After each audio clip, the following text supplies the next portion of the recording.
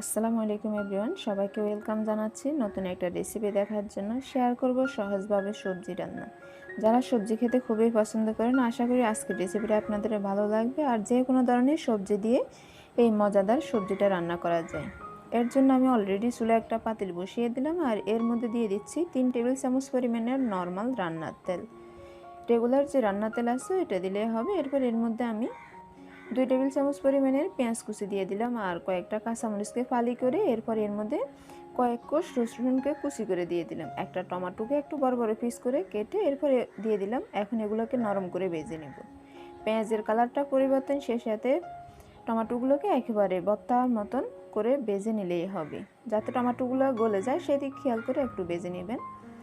বেশ কিছুক্ষণ ভেজে নেওয়ার পর এর মধ্যে এখন আমি অ্যাড করে নেব হাফ চা চামচ পরিমাণের রসুন বাটা, 1/4 চা চামচ পরিমাণের আদা বাটা দিয়ে দেওয়ার পর এখন এগুলোকে আবারও 20 থেকে 30 সেকেন্ডের মতন একটু ভেজে নেব। চুলার আঁচটাকে কিন্তু মিডিয়াম থেকে একটু কমিয়ে রাখলাম। এক এক চুলার হিট এক এক রকম, আপনারা সেদিক খেয়াল করে চুলার আঁচটাকে কম বেশি করে নিতে পারবেন। মিশিয়ে নেওয়ার পর এর মধ্যে এখন আমি পানি অ্যাড করে নেব।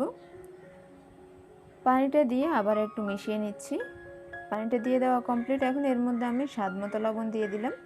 লবণটা টেস্ট অনুযায়ী দিবেন। সেই সাথে দিয়ে দিচ্ছি 1 চা চামচ পরিমাণে জিরা গুঁড়া, হাফ চা চামচ পরিমাণে ধনিয়া গুঁড়া দিয়ে দিব। এর মধ্যে হাফ চা চামচ থেকে অল্প কম হলুদ গুঁড়া, সেই সাথে দিয়ে দিব স্বাদ মতো লাল মরিচের গুঁড়া। যেহেতু এখানে কাঁচামরিচ দেওয়া, তাই সেই দিক খেয়াল করে লাল মরিচটা অ্যাড করবেন। যাই যেমনটা ঝাল খেতে পছন্দ করেন সেই অনুযায়ী এখানে কাঁচামরিচটা বা লাল মরিচটা দিতে পারবেন। মিশিয়ে নিলাম। এখন এর মধ্যে আমি চিংড়ি মাছ দিয়ে দিচ্ছি। আমি কিছু ছোটো আকারে চিংড়ি মাছ খুব ভালোভাবে ধুয়ে কেটে রকটা ফেলে দিয়ে এরপর এখানের মধ্যে দিয়ে দিলাম, মিশিয়ে নিলাম। এখন ডাকনা দিব, ডাকনা দিয়ে ডেকে কষিয়ে নিব।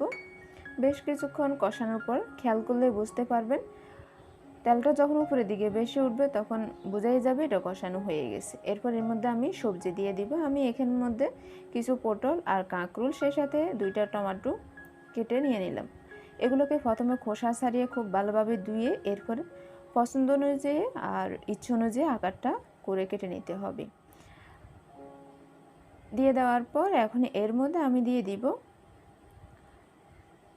বরবটি। আমি এখানে বেশ কিছুটা বরবটি খুব ভালোভাবে ধুয়ে এরপর কেটে দিয়ে দিচ্ছি। আপনারা ইচ্ছে হলে এসব সবজির পরিবর্তে যে কোনো ধরনের সবজি ব্যবহার করতে পারবেন। আপনাদের হাতের কাছে যে সবজিটা অ্যাভেলেবেল সেই সবজিটা দিয়ে এই সবজি রান্নাটা করা যায়। ইচ্ছে হলে এখানে আপনারা আপনাদের পছন্দ অনুযায়ী আলুও দিতে পারেন, বাট আমি ওসব কিছুই দিলাম না। 3 ধরনের সবজি দিয়ে এটা রান্না করলাম। মিশিয়ে নিলাম। এখন ডাকনা দিব।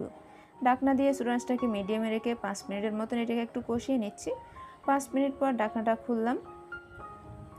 ডাকনাটা খুলে আবার একটু মিশিয়ে নিলাম। আর চিংড়ি মাছের পরিমাণটা আপনারা এর থেকেও বেশিও দিতে পারেন। আবারও ডাকনা দিয়ে দিলাম। ডাকনা দিয়ে আবারও 5 মিনিট অপেক্ষা করলাম। খেয়াল করলে বুঝতে পারবেন এটা কিন্তু অনেকটা কমে আছে, মানে সিদ্ধ হয়ে গেছে। আমি একটু মিশিয়ে নিলাম। মিশিয়ে এর মধ্যে এখন পরিমাণ মতো পানি অ্যাড করে নিচ্ছি। আপনারা যে পরিমাণ ঝোল রাখতে চান সেই অনুযায়ী এর মধ্যে পানি অ্যাড করে নিতে পারেন। পানিটা দিয়ে দেওয়ার পর মিশিয়ে নিলাম। মিশিয়ে আবারও ডাকনা দিয়ে এটাকে সম্পূর্ণভাবে রান্না করে নেব। চুলার আঁচটাকে মিডিয়ামে করে দিতে হবে। বেশ কিছুক্ষণ পর ফিরে আসলাম, আর এটা অনেকটা রান্না কমপ্লিট হয়ে গেছে। আমি একটু চেক করে নিব সবজিটা সিদ্ধ হয়ে গেছে, সেই সাথে লবণটাও চেক করে এরপর এটাকে নামিয়ে পরিবেশন করতে পারবেন। হাতের কাছে যদি ধনিয়া পাতা থাকে ওটাও দিতে পারবেন। চেষ্টা করলাম রেসিপিটা একেবারে সহজ আর শর্টকাটভাবে শেয়ার করার জন্য। ভালো লেগে থাকলে ফ্যামিলি অ্যান্ড ফ্রেন্ডদের সাথে শেয়ার করবেন। সেই সাথে এরকম সহজ ও নতুন নতুন রেসিপি পেতে চ্যানেলটি সাবস্ক্রাইব করার অনুরোধ রইল। আজকের মতন এখানে শেষ করলাম। আল্লাহ হাফেজ।